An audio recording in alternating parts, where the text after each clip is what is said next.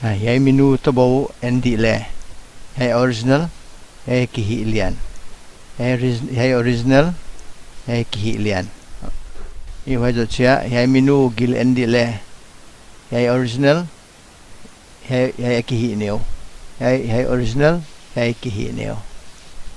ma hay ting ting hi thi dan kha tu nen le hi tu ni na photographer te ding a phatwam di lim lak te bang chi dan in photoshop a liquify jangina edit thei di hiam chi kha ending a photographer te na atang pi na atwa ve ko hi adia kan mi bai lim lak changina lim lak ro chena kamai thawlua ai kil ka gillian lua chi khong kha again tang pio hi amo wai te hi edit thei dan tam piom dinga photoshop a ichi bangina photoshop kha hi thi dan thil tam piom ma wai te la ka tu na liquify na jang ni dia ma na jan ki ya le wai a hi dan yen dinga ya ken download sa kan ni ya he nu bang kha i subject chi tani ituna hei nu to bo bang kha i neo in kha man kha alian de hiam ken sulian u thiam hile kha nuam taka hi thei di a hi mo liquify janga kha tuna hi ama saina again ki ge banga i subject kha control z a duplicate layer bolding in right click mai do changa smart object ka convert di mo tuna he kha liquify jak thei ne de kha filter a pai ding in ye liquify pen click di mo e to he dialog box ang ki hong tam mo tuna enlarge jek dia tun hela ka brush pen line lan hela ka na brush size kha ya le control the hi ki le na keyboard a bracket jang ale enlarge the reduce the ma wai jang di he to khan he di dal kha hela ka atobo mun kha hela ma na tak lampang pi u nei je ka kha hela muna click dingin u cha tak lampang drag phei di mo khana hoina sak dan na hi di hilal mai tu nai chi khoin hon hi pheileng ma bang cha hoina sadiam chi hoi khanak nang ngai dan la ki ngai di kha i zat siam ngai ma na zat siam ke ya le ong smooth lo de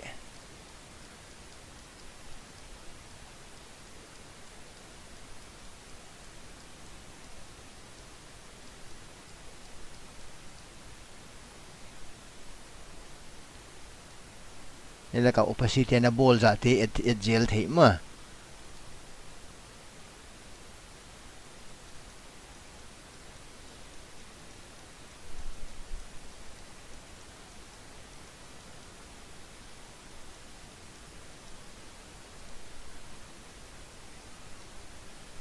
hi chi bang chi ni ma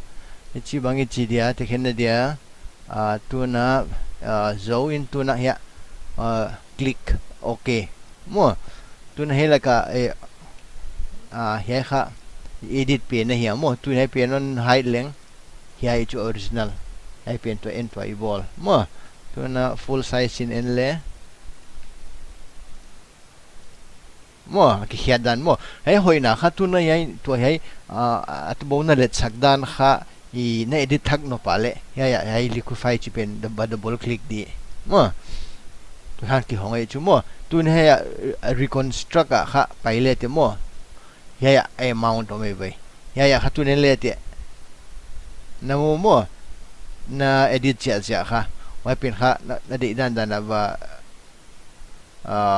helam dang the wa jo chianga okay chi di mo hel ka le okay chi di tu na ani na ding ina as example le kana download ma hiai menu bang kha tang pi ai lambang in le to ase khai agilian ai chu mo atang pe no me tien kha gil neu chi khong kha de chi he bang le to de na hi dan nuam ta ka hi thei di mo yak tu na layer kha control z ai jo chia right click and convert to smart object mo tu na hiya filter liquify apai ai jo chia by default ta hong pai hiai tool pen jangin ai pen enlarge jekin to kha gil pen suneu di hi jaka kha i left pa na I right side lama drag phei di mo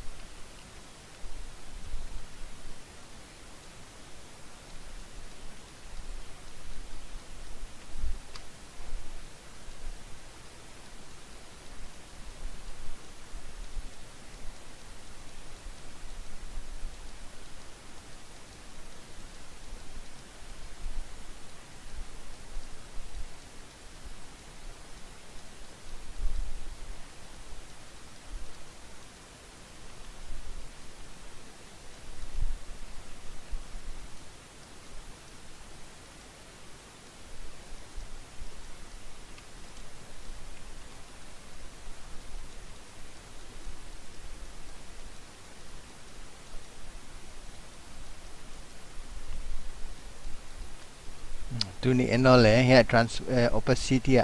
he zai ve pai hiak mo tu na he lama ya anung lama he bang le la khezek le mo he la kha athau la mong ki dok mo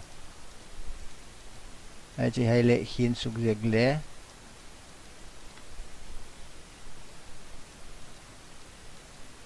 ma tu na yen no le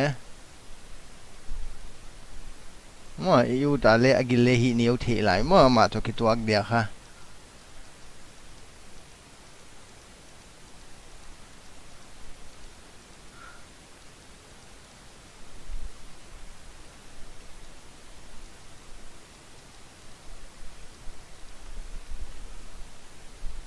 he chi bang hi hela tu na okay chile tu na he ya before le after mo aki hiat dan kha tu na denai chi banga heliku 5 open ba double click ding in yu ta le helaka reconstruct ba click ding in helaka I size pen va ide idan dana ba bol thak the mo taksa retouch nadan anuam pen uchilo wale thildang tampia le hi the mo hi le kha akin pen le anuam pen a ken ka the ja ka kon ge na hi ka ki pa ke